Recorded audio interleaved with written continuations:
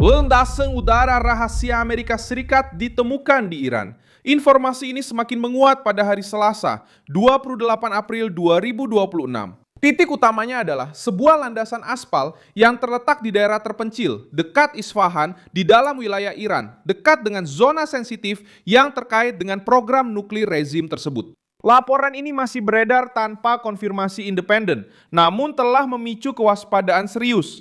Jika landasan itu dipersiapkan untuk penggunaan militer, Washington mungkin sedang merencanakan misi penting di jantung Iran.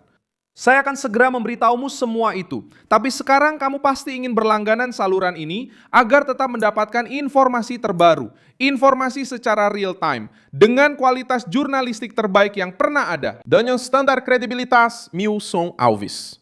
Isfahan bukanlah tempat biasa dalam krisis ini. Wilayah ini sudah bertahun-tahun dikaitkan dengan kemajuan nuklir Iran, dan karena itu setiap struktur yang mencurigakan di dekat sana pasti menarik perhatian.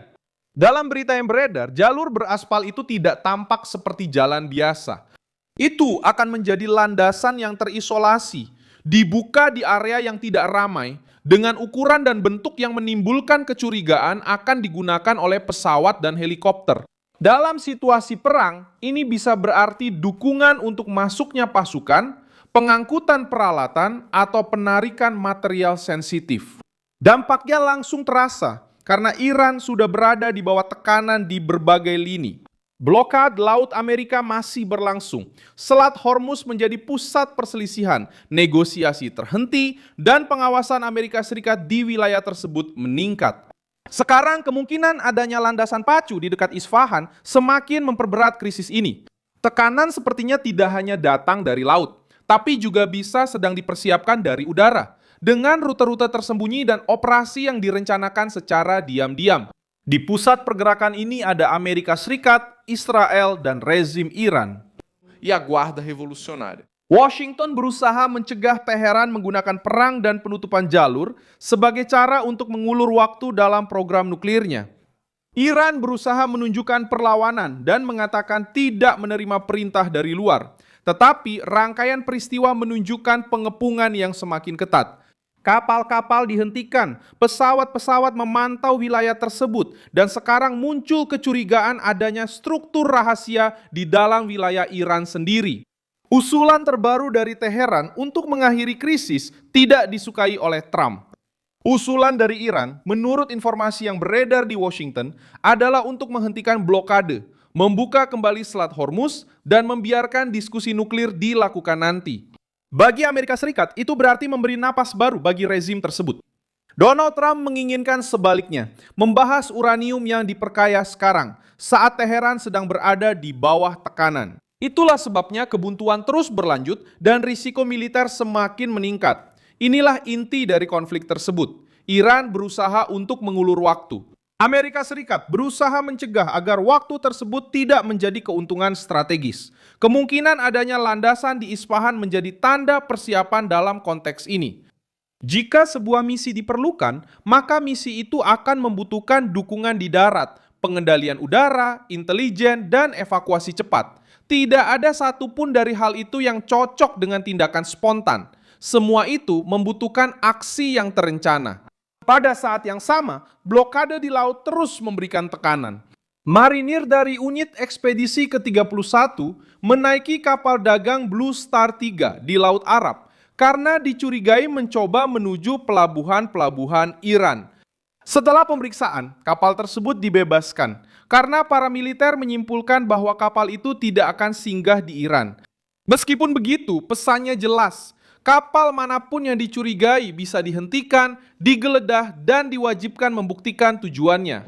Tindakan seperti ini menunjukkan bahwa strategi Amerika tidak hanya sekedar wacana, tetapi benar-benar diterapkan. Blokade ini mengontrol jalur, menutup opsi lain, dan menekan logistik Iran. Bagi Teheran, setiap kapal yang dihentikan menjadi tanda tambahan bahwa ruang gerak mereka semakin menyempit. Bagi Trump, setiap pencegatan memperkuat pesan bahwa rezim tersebut tidak akan menggunakan perdagangan maritim untuk menghindari tekanan nuklir. Bagi Trump, prioritas utamanya adalah menghancurkan kemampuan rezim untuk mengatur laju krisis. Garda Revolusi dianggap sebagai inti maritim, inti utama dari masalah ini. Di dalam Iran, mereka memusatkan kekuatan militer, pengaruh politik, dan kendali atas wilayah-wilayah sensitif. Semakin kelompok ini berkuasa, semakin besar kekhawatiran bahwa Teheran akan mempercepat upaya untuk mendapatkan senjata nuklir. Karena itu, otoritas Amerika menegaskan bahwa isu nuklir tidak bisa ditunda. Menunggu dalam kasus ini berarti membiarkan rezim tersebut untuk berbenah kembali. Dugaan landasan di dekat Isfahan juga memiliki efek psikologis.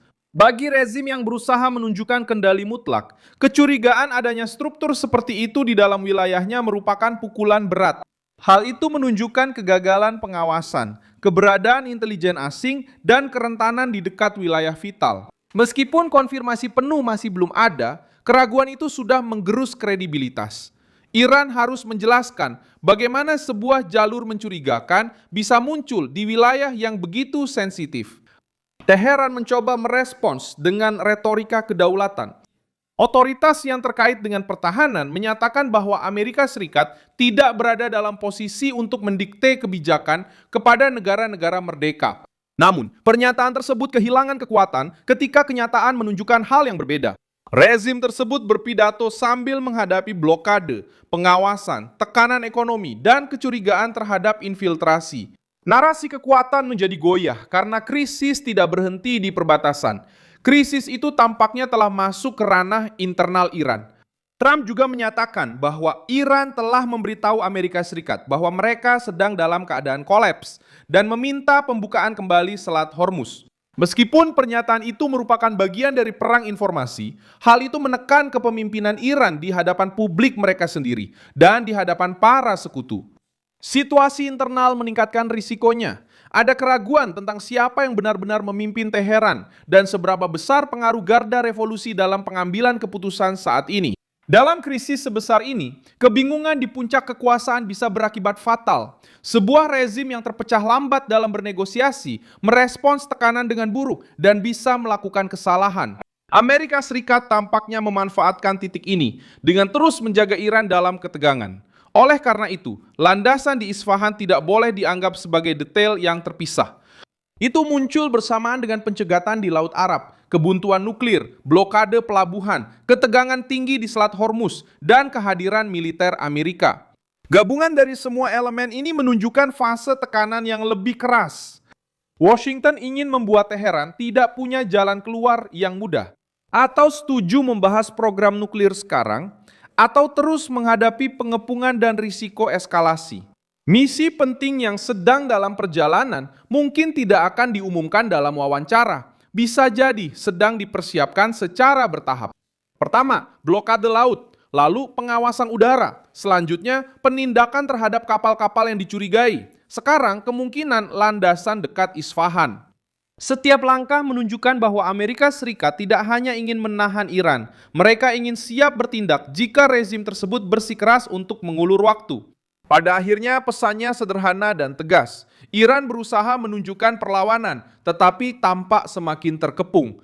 Sebuah kemungkinan, sebuah lapangan terbang rahasia telah diidentifikasi di dekat area nuklir yang sensitif. Kapal-kapal terus dihentikan, negosiasi pun terhenti. Dan Trump terus memberikan tekanan pada hal yang paling dikhawatirkan Washington, program nuklir Iran. Jika landasan ini terkait dengan operasi Amerika, tahap berikutnya bisa berupa aksi militer terukur yang dilakukan untuk menyerang jantung strategis rejim tersebut.